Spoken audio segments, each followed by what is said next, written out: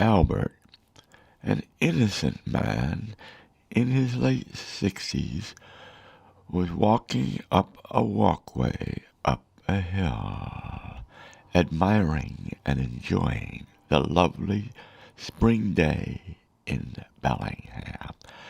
When he reached a small road, he turned off the trail and onto the road, continuing up the steep hill.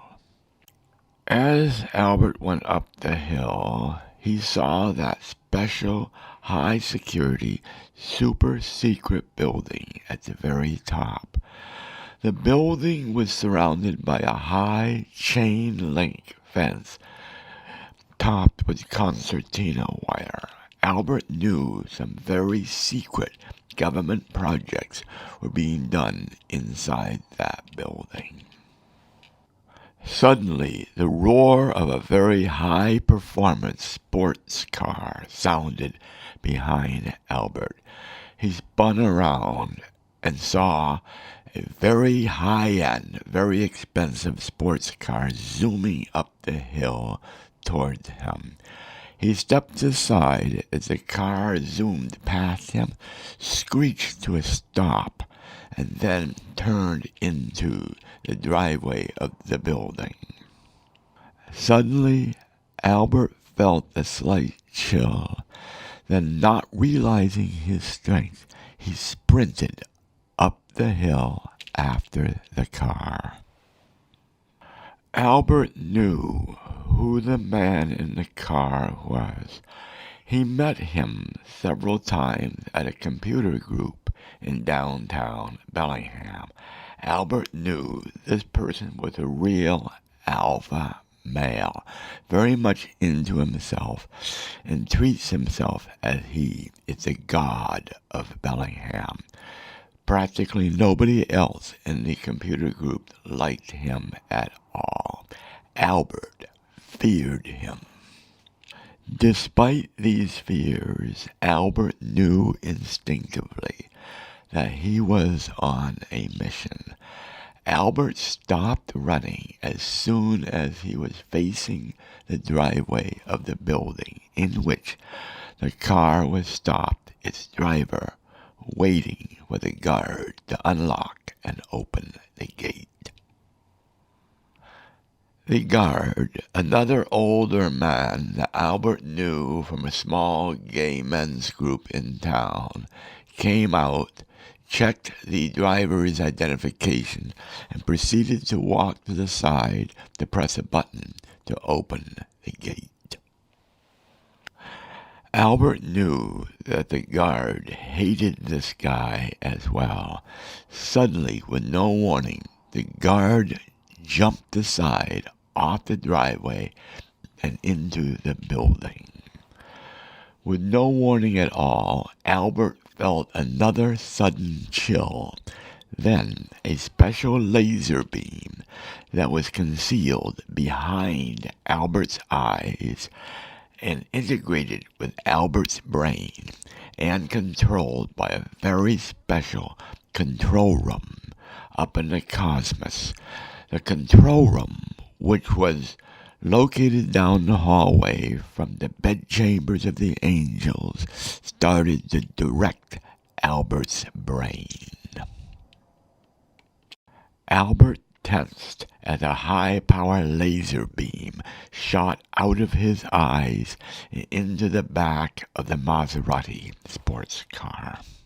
A puff of smoke and flames shot out from the ventilators of the rear-mounted engine of the sports car as the sports car shot up into the air, flipped around completely, and landed back on its tires. The automated fire extinguishing system in the expensive sports car quickly doused the fire, and the airbag quickly deployed, pinning the man against the seat of the car. Albert's chill suddenly went away. He was much more relaxed now. The automated sports car's airbag system deflated slowly. Angry, the man snapped open the door of the car, got out, spun around, and stared coldly back at Albert, who was still standing on the far side of the street. Albert then spoke softly, again under the control of the cosmos, but his voice did not come from his mouth. Albert's voice thundered down from the heavens. Grow up, you petulant child. You are nowhere near being a respectable adult as you think yourself are. Turn around and look at yourself and see yourself as you really are now. A large mirror came down from the sky. It was huge, about the size of the side of the building. It swooped down and buried itself into the ground, so about half of it is still standing. Albert and the man could see themselves as well as the smoking sports car. Albert knew that his role in the unfolding events is now over. He completely relaxed. The man tried to run towards Albert and suddenly stopped as if there was an invisible shield surrounding Albert. The man bounced off of the shield, screamed, and turned around and faced the mirror. Albert knew what was going to happen. As the man ran towards the mirror, he suddenly changed into a angry, petulant toddler. The car, meanwhile, changed to a plastic toy car that the man got for Christmas when he himself was a child. The alpha male, now the alpha toddler, was jumping down and screaming.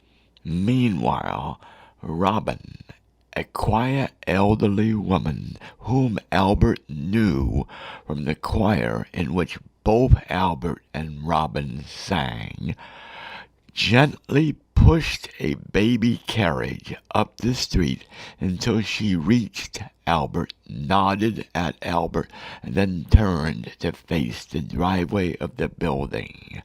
Under instructions of the cosmos, she pushed the baby carriage until it was on the driveway of the building. She turned around, walked towards Albert. The two embraced gently. Then she walked back down the hill. Robin walked down the hill until she was out of sight of the building. An invisible force lifted the petulant child, who was still screaming and flailing around, up into the air and put the child into the baby carriage. The child was very, very angry and screaming. Albert wanted to get away from that screaming child quickly.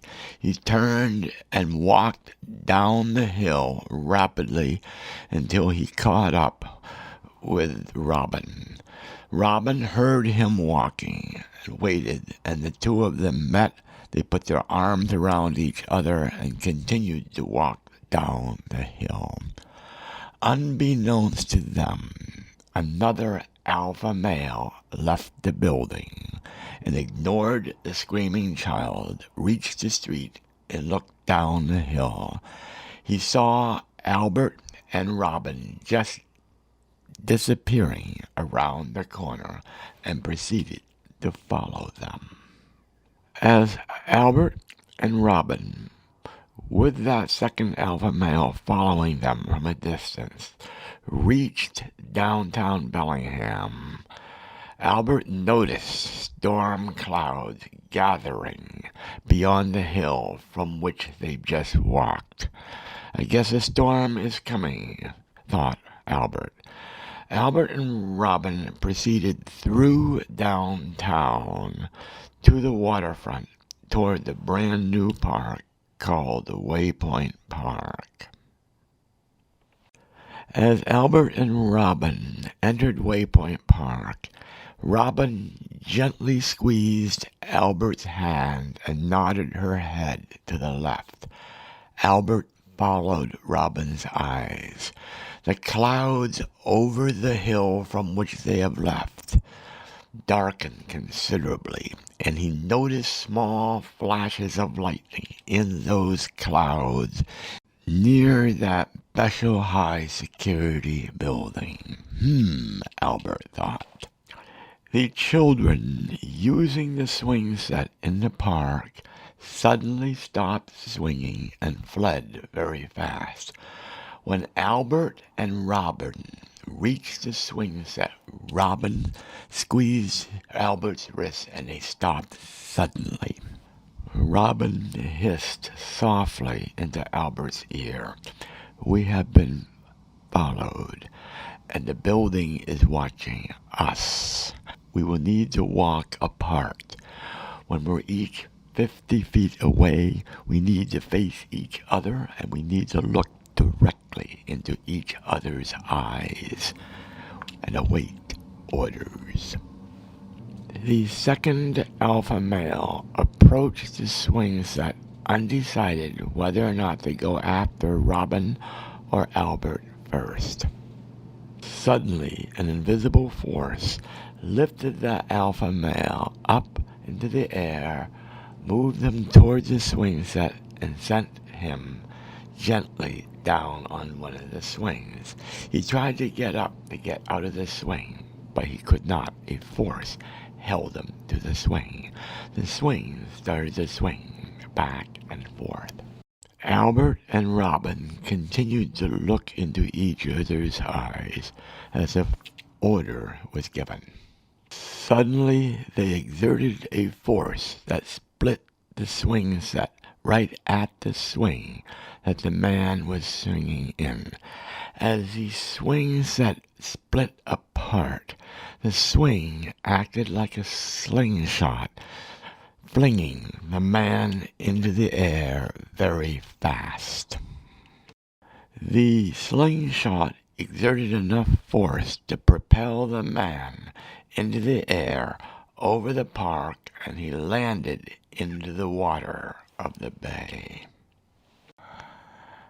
Meanwhile, up at that secret building, that elderly security guard suddenly got up from his desk, left the building, walked the street, and sprinted as fast as he could down the hill, noticing the ominous clouds above. He was frightened. As the man landed in the bay, Robin shouted the word lightning. Albert and Robin spun around and both faced towards the hill that the thunderstorm was gathering. Suddenly, there was an enormous, bright bolt of lightning that hit the hill and a loud clap of thunder. Then soon the storm quickly receded away. Albert and Robin, along with others in the park, noticed a column of smoke suddenly appearing from the top of the hill. Some folks screamed and shouted, "Call the fire department! Call the fire department!" Albert and Robin gently walked towards each other, met at the swing set, and embraced. They whispered to each other, "That building is now history." Let there now be peace and respect from all people toward all other people here in Bellingham. The two walked to a nearby bench, sat down, held hands, with Robin's head gently resting on Albert's shoulder. The end. And of course, with all videos and stories, may I say to you all, I love you all.